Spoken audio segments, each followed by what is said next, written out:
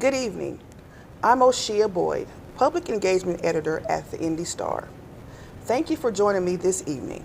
February is National Cancer Prevention Month, and tonight we're talking about lung cancer and lung cancer disparities. According to the American Lung Association, about every 2.5 minutes, someone in the U.S. is diagnosed with lung cancer.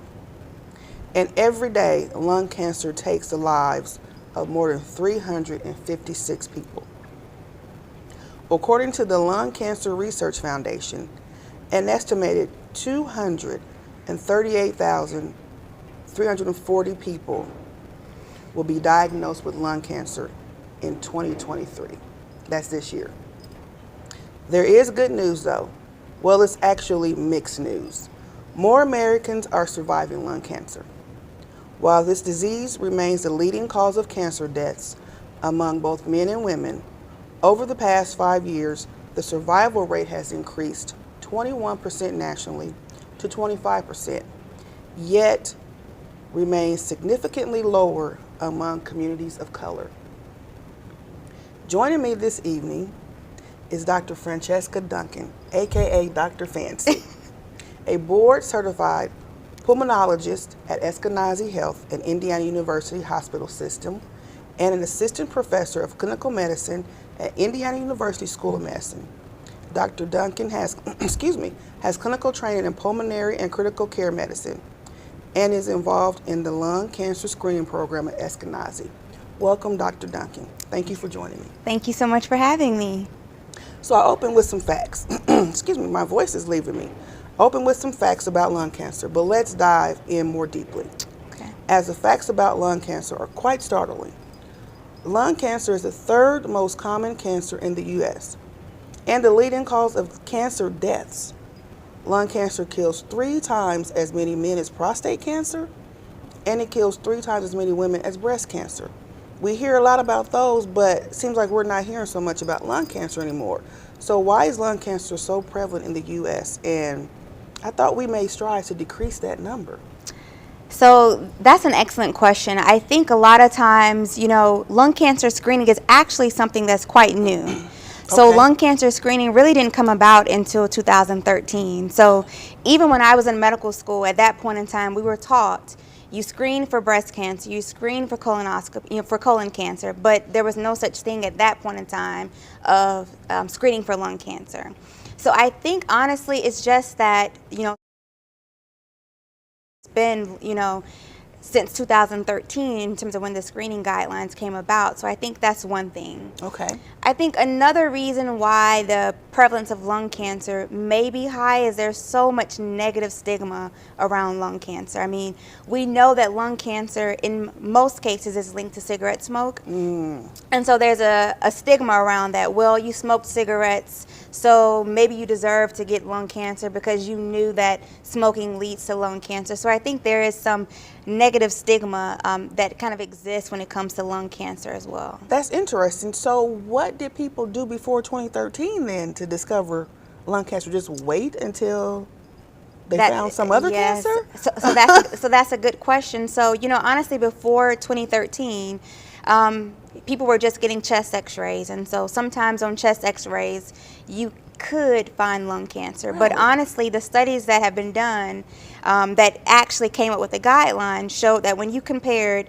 getting a regular chest x-ray to the CT scan, they found that the CT scans are the ones that actually reduce death from lung cancer. Wow, that is so interesting. I didn't realize that. Yeah, 2013 was not that long ago. No, it really wasn't. That's amazing. Are there myths or misconceptions about lung cancer, particularly as it relates to smoking? I know you kind of talked about this negative stigma, but we now have vaping, e-cigarettes. Does using these products decrease the risk of developing lung cancer? This is a lot of questions at once. So, and does smoking cigars and marijuana contribute to lung cancer? Because we think like only cigarettes. Yes, absolutely. So lots of good questions. So I'm going to try to make sure I hit everything. So I can repeat them if you need. So I think the first thing in terms of, are there myths surrounding smoking and lung cancer? Absolutely. So I think one of the myths, and I honestly see this when I'm caring for my patients, is that, well, the people that get lung cancer must be smoking a lot of cigarettes. So there's a misconception there. Well, that's not me. I smoke a few cigarettes, so I'm not going to get lung cancer. There's this misconception that, those that get it probably smoke 3 packs a day, probably smoked for 30, 40 years, and that's just honestly not true. And specifically for African Americans or black individuals, studies have shown that black individuals smoke a lot less than white individuals and still have a higher risk of developing lung cancer. So that in itself, Really? yeah. So a lot of times I have patients that say, Dr. Fancy, I only smoke 7 cigarettes, or I was under a lot of stress for the past 6 months, and so I smoked every day during that time.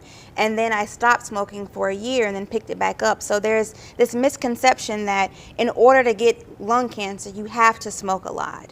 Okay. And you don't have to. You don't. Okay. The message I really like your viewers to get is that if you have lungs, you can get lung cancer. Just like if you have breast, you can develop breast cancer. The cigarette smoking is just a risk factor for the development of lung cancer, but 20% of lung cancer cases are related to not smoking. So we're all at risk. We're all at risk. Wow. And so then does e-cigarettes, vaping, all these things, do they matter? Because I've heard like if you smoke cigars, you're not inhaling the smoke the same way you're doing cigarettes. I don't know, but I've heard these things. Yes. So I don't know how true this stuff is. Or if you smoke marijuana, it's not the same because it's not tobacco, and so you don't get the carcinogens and... Yes. So I will say this, in terms of e-cigarettes and vaping, we know that when you compare those 2 modalities to cigarette smoking, we know that there's less toxins that could lead to lung cancer there. And so oftentimes, patients that I know that are trying to quit, that's sometimes one of the steps that they do. They stop smoking cigarettes to smoke other things.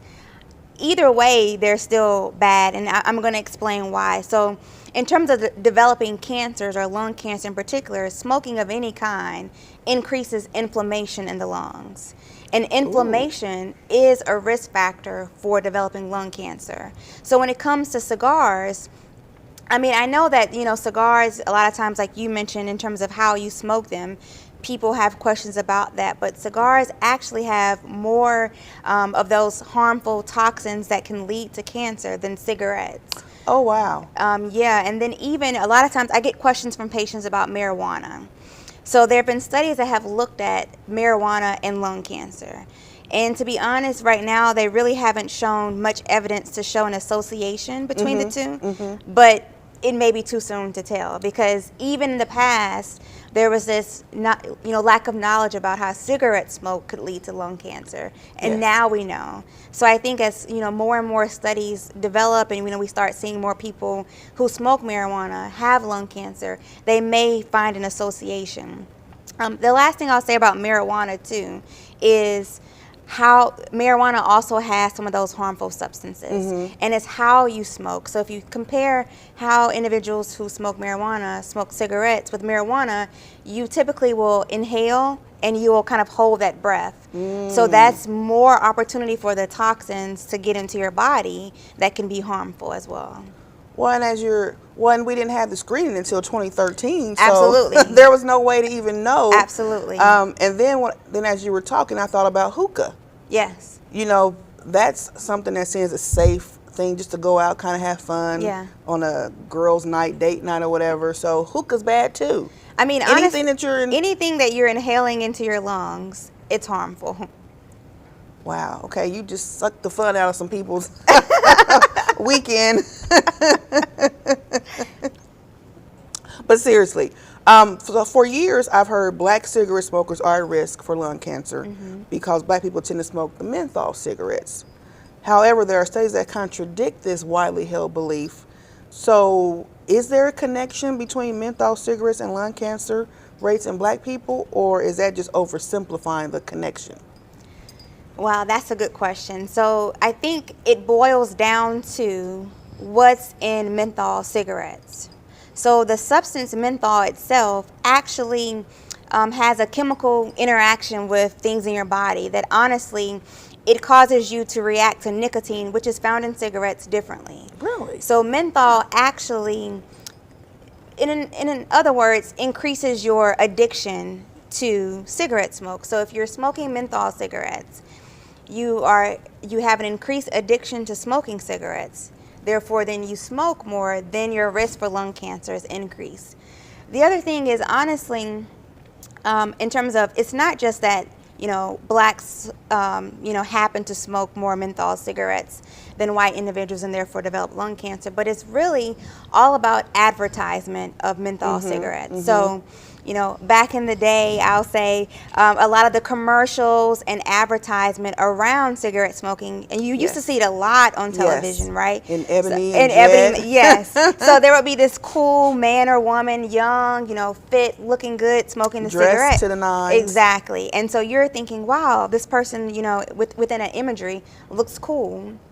And so a lot of times those were actually marketed in some of these black magazines, unknowingly that, black people, black readers are reading these things and seeing them, and then, using the menthol cigarettes. Another thing is that menthol cigarettes actually, because the tobacco companies know that they increase your addiction, they're actually cheaper.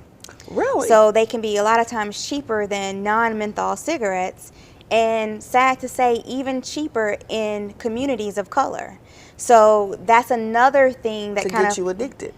There you go. Well, and in doing my research, this is not one of my questions, but now that you've kind of made me think about this, I read that black people and Asian people who are also marketed menthol cigarettes tend to be super tasters.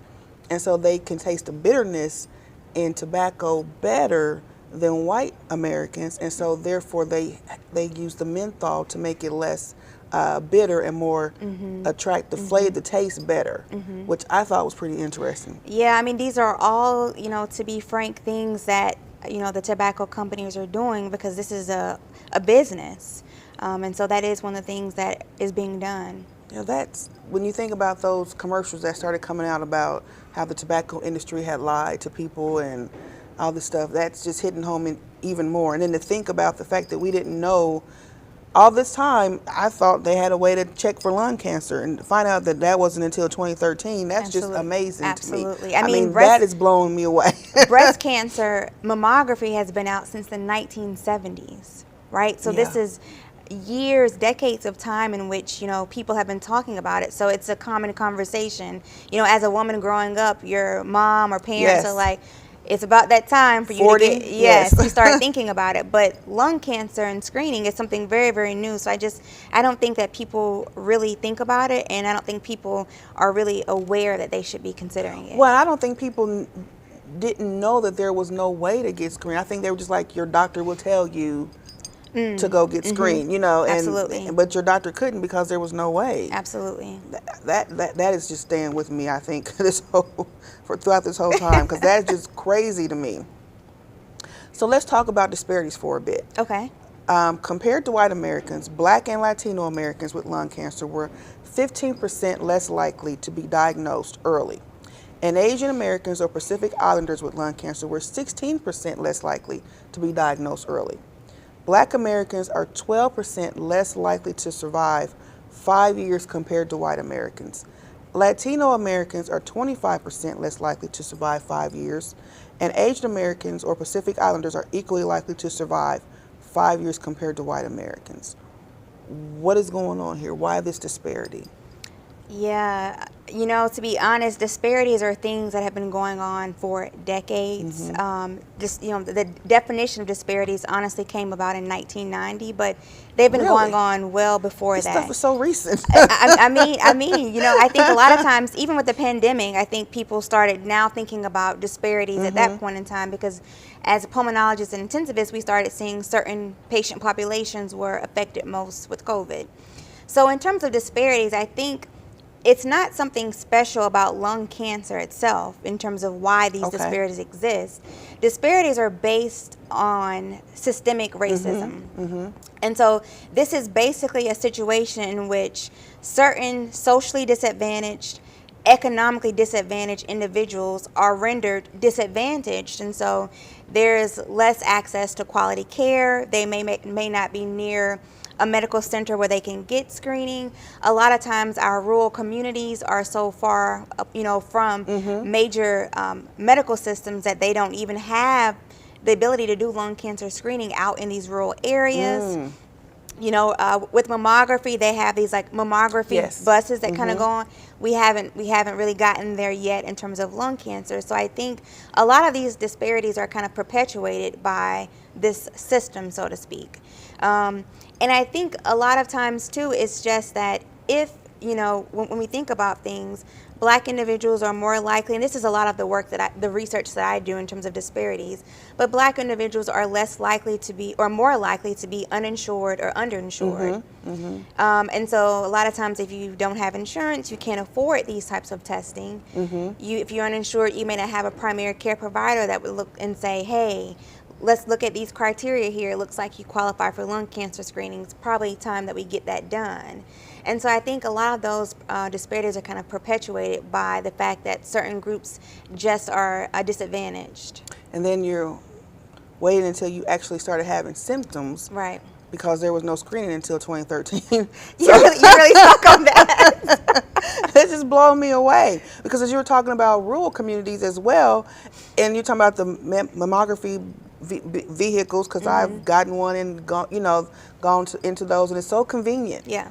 I didn't realize that lung cancer diagnosis or just research was, I don't know research, but just the way we know is just so far behind other things, other cancer types. That Absolutely. is just, I never thought about that. I just kind of thought, oh, they're doing them all at the same rate, but Absolutely. Obviously not.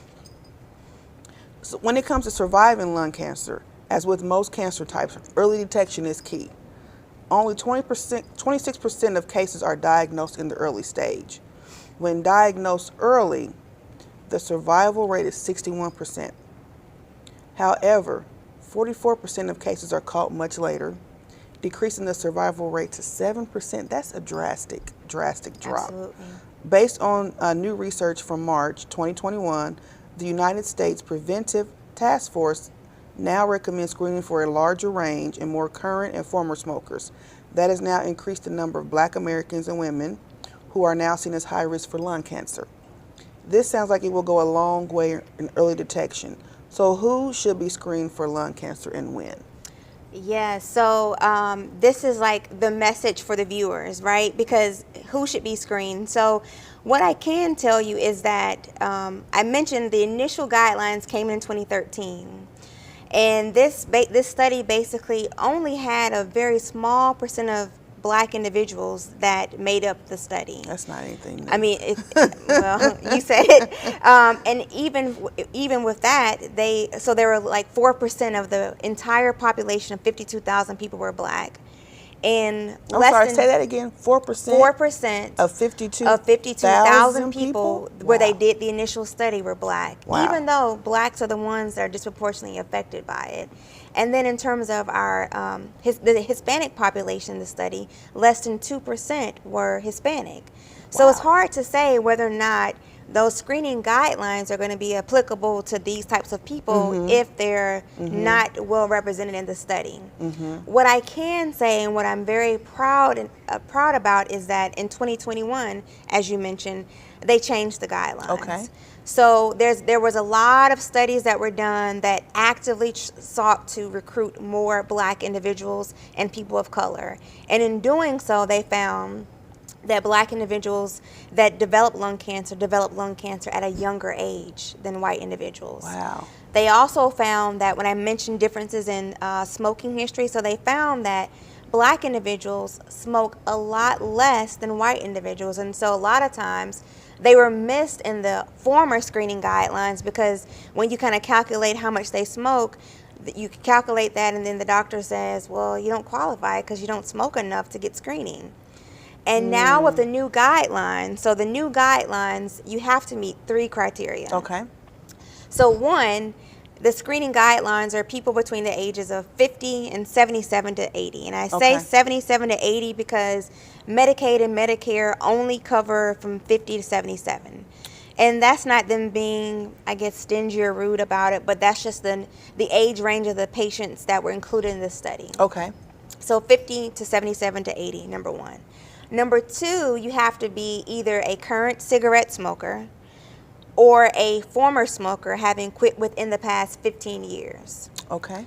And the third one is that you have to have a 20-pack year history. So that's the one that kind of, yeah, that you have. I see. So that means you have to have smoked 20 packs a year at least. So see, that's the tricky part, because 20-pack year history makes you have to do some math. So then that's even difficult for providers. I was going to say, does someone who smokes even know that? Yeah, no, they don't. So in terms of determining the pack years, you have to ask yourself, if you're a smoker, on average, how many packs of cigarettes do I smoke a day? Okay, so in a pack, typically there are 20 cigarettes in a pack, so you ask yourself, how many packs of cigarettes do I smoke on average? You multiply that number by the total number of years that you've smoked. So if you started smoking at age 20 and you're 50, that's 30 years. You multiply the 30 times the one pack, that's 30 pack years. And so because that's greater than 20, you qualify. You see, that's a lot. Asking people to do a lot of figuring. It really is. So like Jethro Bodine here. It really is a lot. And so I honestly think that, you know, as we're kind of continuing to research these things, that piece may change. Okay. But those are the three things that are the current recommendations right now. So to your listeners, if you meet those three criteria, you should be talking to your primary care provider about lung cancer screening. Well, and as you mentioned too, for black people, it can start earlier. Absolutely. And you can smoke less. Absolutely. That is just, are there other things maybe going on, like the pollutants in your neighborhoods or different things that kind of could help exacerbate lung cancer rates? So there are other risk factors for lung cancer other than smoking, or other than cigarette smoking. So actually having a disease called COPD, which stands for chronic obstructive pulmonary disease, and so it's also a disease that shares a risk factor of smoking. So merely having COPD increases your risk for lung cancer. Okay. The other thing is that there are also, you know, different individuals have certain occupations where they may be exposed to silica. You may have a history of asbestos exposure, or even radon. Radon is actually the second most common cause. Yes, I saw that. Yeah. And so a lot of times we don't know how much radon is in our homes, and so I had my home tested. Oh, okay. Well, then you're on top of it. But even if you find that your levels are high, you don't know exactly where you're supposed to go to get that treated. So I think that's really important to know that those are other risk factors for lung cancer. But right now, they're not included in the current screening guidelines. Wow. So I want to talk a little bit about secondhand smoke, because that is a big thing. We know inhaling secondhand smoke is a risk for lung cancer. Should someone who's never smoked but been exposed to secondhand cancer be screened? Secondhand smoke be screened for lung cancer, or are they not included? And is there a threshold for the length of exposure? So say you were a child and your parents smoked, your mom or dad or both, cause especially back in the day, in the 70s, you smoked in the car, windows up, and Absolutely. You smoked around your kids. You didn't, things have changed now where people are aware, but people weren't aware back then. So if I never smoked, should I be screened? So right now, no. Okay. Because it doesn't fall in one of those three criteria of smoking. Okay. But as I say, these guidelines, because they are new, very, very new, we're talking about 10 years, things may change. Okay. The thing is very important to note about secondhand smoke is that just merely being exposed to secondhand smoke can increase your risk for lung cancer by 20%. Wow. So it has its risk. And, I actually spoke to our MedPeds residents at IU, I think last week, and we're talking to them about this. I also completed a MedPeds residency, and so What's I think MedPeds? Good. So I'm sorry. So it's basically a type of medicine specialty where you are able to care for both adult patients and pediatric or children. I thought it was pediatric, yes. So I'm smart. Yeah. And so the point that you made is what I was telling them is that, when we're trying to talk to people about stop smoking, you have to do it by any means necessary. And I can get kind of brutal with my patients when I'm talking with them about it, because I really want them to know that if your doctor isn't talking to you about it, it's something wrong there, because I'm going to get on your nerves every clinic visit and ask you about quitting smoking. But because I developed that relationship with my patients, I feel like I can do that. So in terms of, if you're thinking about children who are in the home of one or two parents that smoke cigarettes, over their lifetime, think about all of that cigarette smoking exposure that they've never smoked themselves, but they have an increased risk for developing lung cancer. Wow. And so studies are still being done to kind of figure out, to your point of how long, how many years of that exposure increases your risk, but we do know that it does. Because they're probably like packs a day exposure as well. Yes. Wow. As a follow-up to that, where do you get lung screenings and what happens during the screening? Good question. So I can only speak to what happens at IU Health and at Eskenazi, because that's where I work. But we actually have what's called centralized lung cancer screening programs. So these are programs at these two hospitals, and so I'll speak about Eskenazi since that's the one that I work with primarily. But within those programs, your primary care provider or a pulmonologist like myself can place a referral, just like if you were to go to the doctor and say, hey, I broke a bone, and they'll refer you to a bone specialist. You can talk to your primary care doctor about screening, and then they place a referral. Once they place the referral, you then are invited to come to an appointment for the lung cancer screening program. Now, the benefit here is that in this program, you will actually get to talk to someone about tobacco cessation or quitting smoking. They'll provide medication or behavioral resources to kind of try to encourage you to quit smoking. And really, they kind of take the guesswork out of screening from you. Okay. So you come in, they actually will place an order for you to get your low-dose CT scan.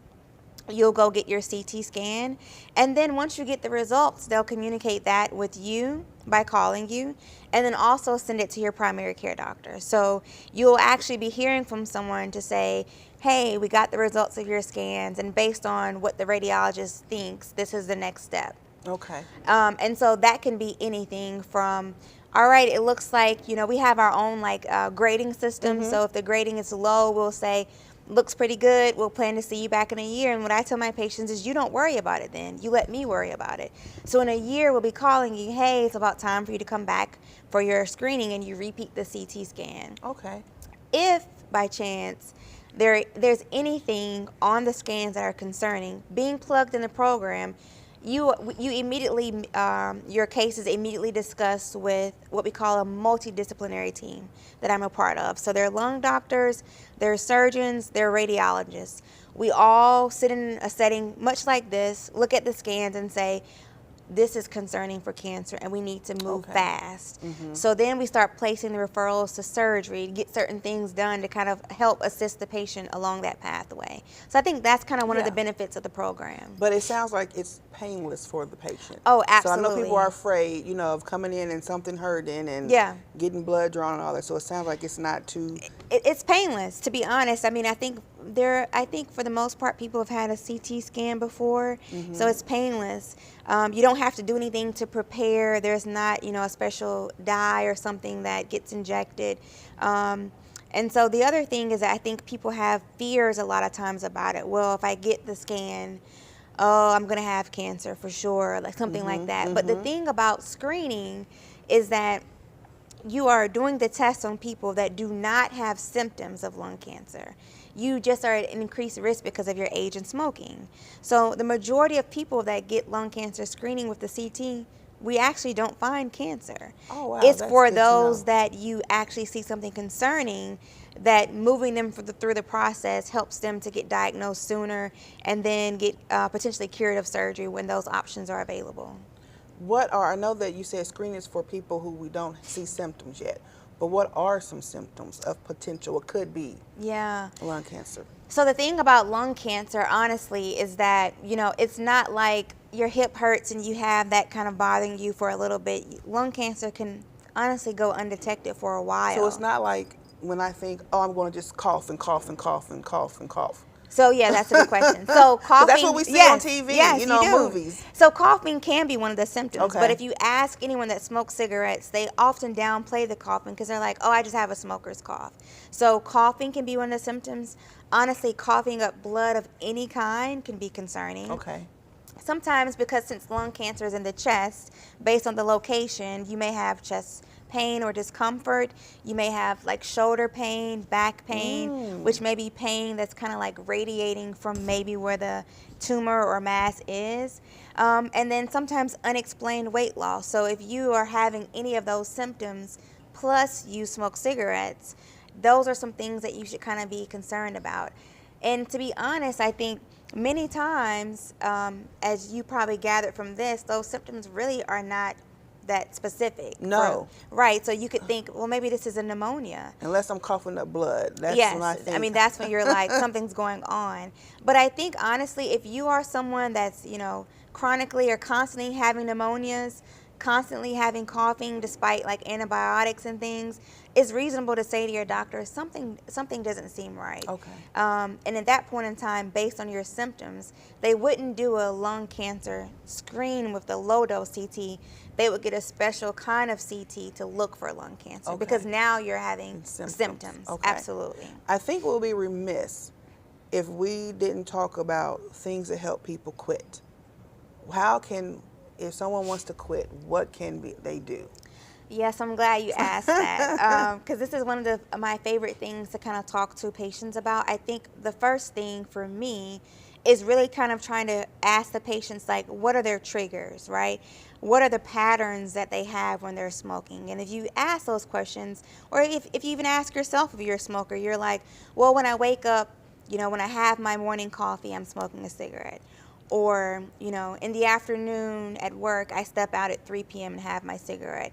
So if you kind of start figuring out those patterns when you smoke, then you can start figuring out ways to cut out smoking somewhat. Okay. So I never tell people to just say, today is Wednesday, stop smoking today. I never say that, because that doesn't work.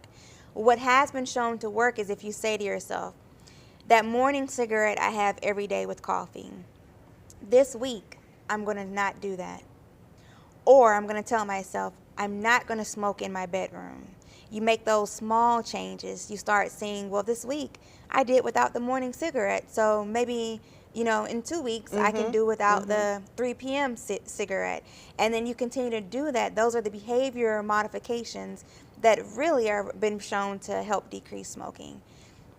The other thing is there are medications available. Okay. So talking to your doctor about pills, gum, lozengers, and honestly, not just talking to them about getting those prescribed, but the best way to use them. Because in order for you to get the actual effect of the medications, you have to be using the gum or the lozengers correctly. And lastly, I think really kind of thinking about a time when you really want to quit. So this week in clinic, I'm referring a patient to the lung cancer screening program. She's going to go get her CT in May. And I tell her, she only smokes 7 cigarettes now. So I'm like, you can do this. Yeah, so I wow. tell her, wouldn't it be so nice if when you go to the lung cancer screening program and they're like, hey, Miss Such and Such, do you smoke cigarettes? And you can say, no. So if that's a good goal for you, because a lot of us are driven by goals, then you can say to yourself, before I go to that appointment, I'm going to say to them, I'm not smoking anymore, in hopes that they will tell me the CT scan was negative for anything concerning for cancer. So I think doing those types of things, kind of figuring out goals in combination with medications, is really helpful in terms of quitting. Well, thank you. So my last question for you, Dr. Fancy. Is there anything else you want the audience to know about lung cancer, quitting, disparities, anything? I think I just want to reiterate the message here, which is if you have lungs, you can develop lung cancer, regardless of if you are a smoker. And if you are, concerned about any of those symptoms that I mentioned, you really should talk to your doctor about lung cancer screening. And I think the other thing is just important to remember, when you hear these facts about lung cancer screening, share them with other people. So you may not be a smoker yourself, but you may share it with other people. that may smoke so that they can kind of pass that along.